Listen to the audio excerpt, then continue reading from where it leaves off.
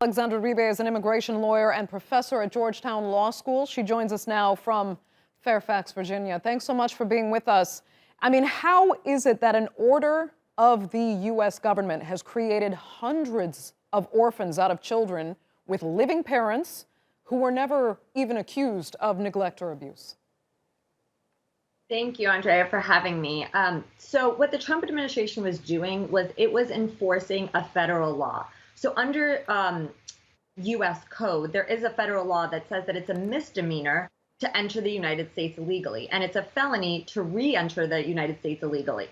So what they were doing was when families were coming across the border, they were actually separating the parents and prosecuting them criminally under this federal law. The children cannot be prosecuted under federal law.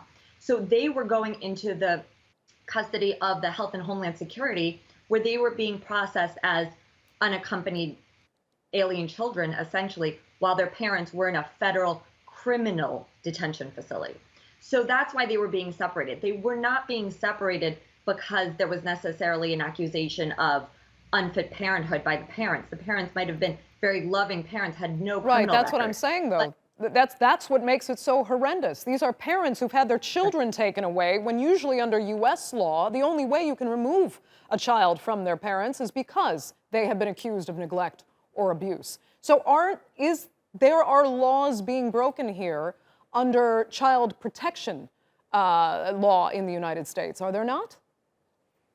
Right. So, I mean, part of the problem was that there weren't good records kept by the Trump administration of who exactly the parents were, their full names, what town they were from in Central America on many occasions, and who their children were. So then, presumably, a lot of these people who were only being processed for small misdemeanors might only be in federal criminal custody for a short period of time, and then should have been able to be reunited in the United States with their parents. But oftentimes, the children were then released to sponsors, and then the parent might be deported. And because there weren't good records kept, there's no real way to figure out where these parents are and to alert them, okay, your child is here in the United States. Do you want to be reunified with them or not? And that's the problem that's happening. Okay, so I mean, if people are looking for accountability here for traumatizing these children, is there any? Well, I mean, I think that it's easy to say that the accountability should rest on President Trump's shoulders because he did implement this policy in 2017, 2018.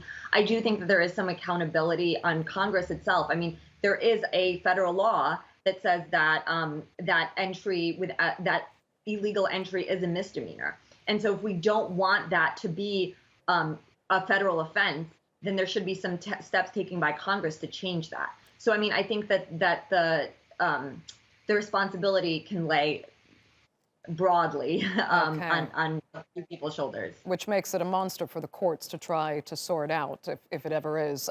So where are these children now? What is happening to them in the meantime? So usually, again, so they're being processed really as UACs, which are unaccompanied alien children. So they're being processed as a child who came here without their parents. So they're being held in HHS custody until a sponsor can be identified. Usually that sponsor would be a family member or a family friend who's living in the United States, who's willing to take custody of that child. So normally these children are no longer in our custody. They're normally now in the custody of a family member or a friend somewhere in the United States. Okay, Alexandra, thank you so much for joining us there. We really appreciate it.